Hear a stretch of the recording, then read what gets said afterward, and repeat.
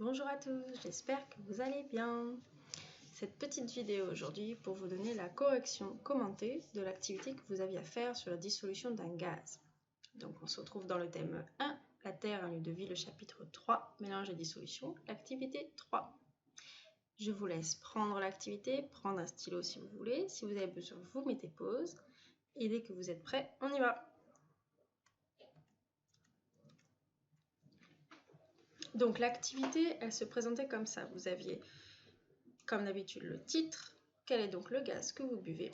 Et vous aviez ici le petit contexte qui vous expliquait pourquoi on allait se poser ces questions-là. Donc dans les eaux gazeuses ou les sodas que vous buvez, se trouve un gaz responsable des bulles et de la sensation de picotement. Et la question qu'on se pose, c'est quel est donc ce gaz? Il est possible de recueillir ce gaz par une technique qu'on appelle par déplacement d'eau. On peut ensuite l'identifier grâce à un test caractéristique qu'on appelle test à l'eau de chaud. Cette étape-là et cette étape-là, ce sont des choses qui ne vous sont pas connues, qui ne vous sont pas familières. Donc c'est pour ça que pour vous aider à visualiser ce que c'est, vu qu'on ne peut pas le faire ensemble en classe, je vous avais donné une vidéo. Donc nous allons essayer, grâce à la vidéo, grâce à vos connaissances de 6e, de décrire chaque étape de cette expérience et de comprendre les phénomènes physiques et chimiques qui se produisent.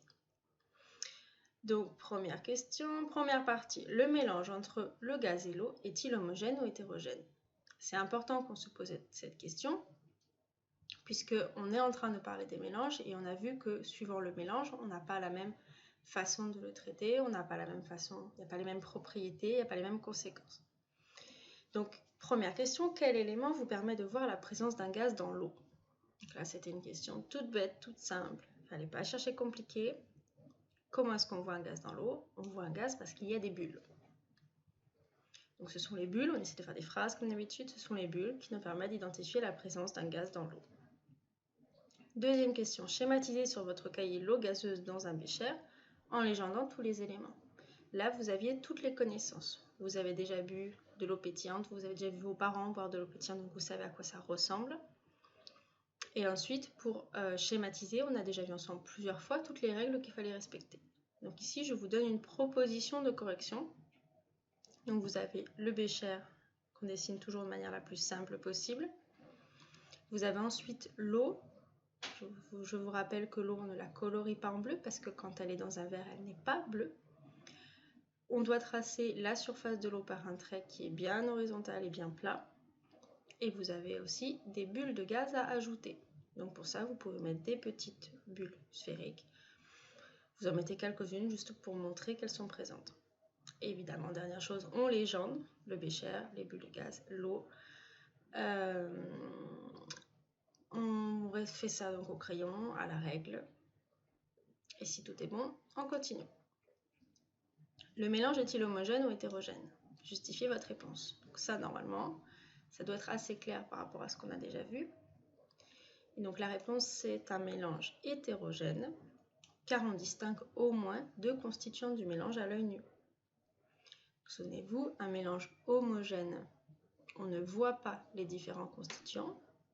Par exemple, de l'eau salée ou de l'eau sucrée. Le sel et le sucre vont être dissous à l'intérieur. On ne va plus le voir, on ne peut pas savoir qu'il est dedans, l'œil ne permet pas de le voir.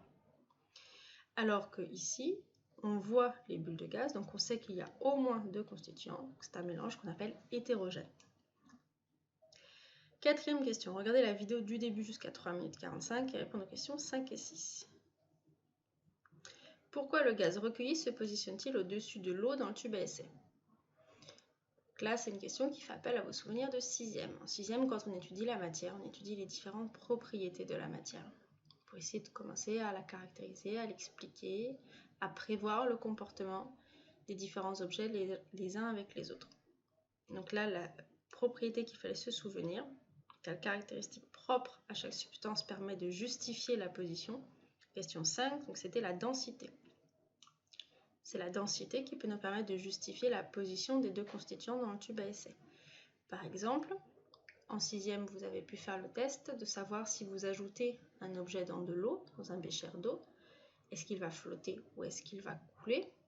Et le fait qu'il flotte ou qu'il danse, c'est en rapport avec sa densité. Un élément qui est plus dense va couler, par exemple un caillou dans un bécher d'eau.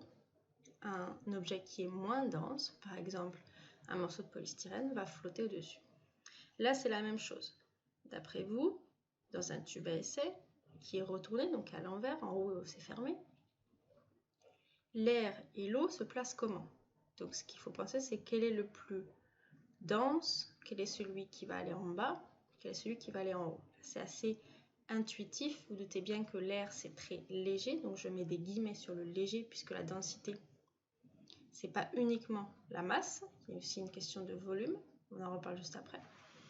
Mais donc l'air qui semble léger va forcément aller en haut. C'était la question 6. Le gaz recueilli se positionne au-dessus de l'eau dans le tube à essai car il est moins dense que l'eau. Donc pour rappel, la définition de la densité, c'est que si on prend deux objets à volume identique, l'objet le plus dense va être celui qui a la plus grande masse, c'est-à-dire celui qui est le plus lourd. C'est l'exemple typique de que tout le monde se trompe, ou qu'en tout cas que beaucoup se trompent s'ils répondent trop vite. La question qui est, entre 1 kg de plume et 1 kg de plomb, lequel est le plus lourd? En fait, la réponse, c'est aucun des deux. Les deux font 1 kg, les deux ont la même masse, donc aucun n'est plus lourd que l'autre. Par contre, ce qui nous fait répondre rapidement, si on ne fait pas attention, ce qui nous fait répondre le plomb, c'est parce que le plomb est plus dense que la plume. Et c'est là où la définition est importante, puisque si vous prenez un plomb et une plume exactement du même volume, effectivement, le plomb va être beaucoup plus lourd, donc plus dense. On continue. Là, c'était la deuxième partie de la vidéo. Donc, regardez la vidéo depuis 3 minutes jusqu'à la fin, puis répondre aux questions suivantes. Pourquoi l'eau de chaux se trouble au contact du gaz? S'agit-il d'une transformation physique ou chimique? Donc, nous avons déjà vu les transformations physiques lorsqu'on a étudié les changements d'état. Nous allons donc essayer de voir les différences entre une transformation physique et chimique pour répondre à cette question-là. Question 8. Que se passe-t-il lorsqu'on rajoute l'eau de chaux dans le tube à essai contenant le gaz? L'eau de chaux, au départ, elle est limpide.